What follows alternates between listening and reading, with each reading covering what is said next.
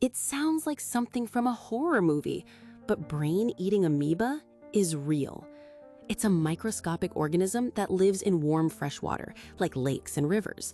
You can't see it, smell it, or taste it, which is why it feels unsettling. On a hot summer day, the setting feels safe and ordinary. What makes it terrifying is how infection happens.